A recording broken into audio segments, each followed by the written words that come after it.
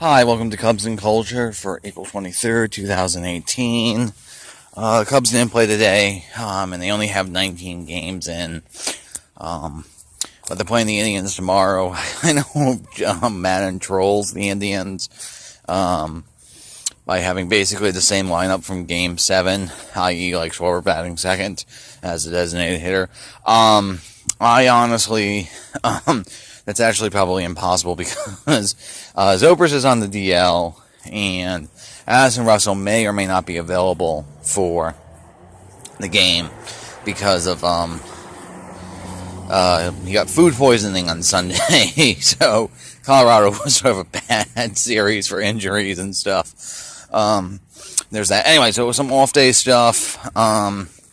Digging into the numbers, probably the most promising thing I have seen is for 3 years the Cubs as a team really profoundly struggled against curveballs in general, where most players were not able to have any sort of above replacement level positive effects for the last 3 years. So every single player was below replacement level on curveballs in terms of the offensive runs generated, with the best player being Rizzo, who was only like 0.1 run below. In any case, for the players who are not in a funk offensively, so excluding Rizzo and Happ.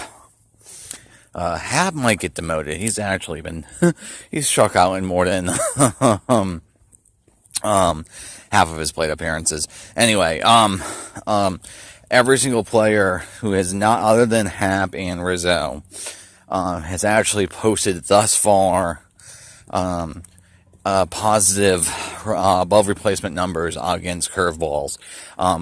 Baez went from -3 below replacement by 3 runs to above 4 runs above replacement, and he's never had a stretch of 20 games. It's 19, whatever. Where he's posted even remotely that. So hopefully Chili Davis is fixed, is done away. He hit 480. He still is not taking a ton of unintentional walks, but that's mostly because he's been getting hits.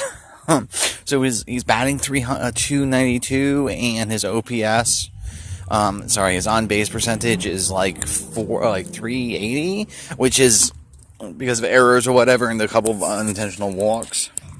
In any case, so that's all very promising on the offensive side. Now, our run differential is plus 22, which is in the top 10 for the league. Again, the run differential, especially since there's not been 20 games, is way too soon. You should really start talking about this at the 50-game mark. But in any case, it's plus 24, which is really positive at this point.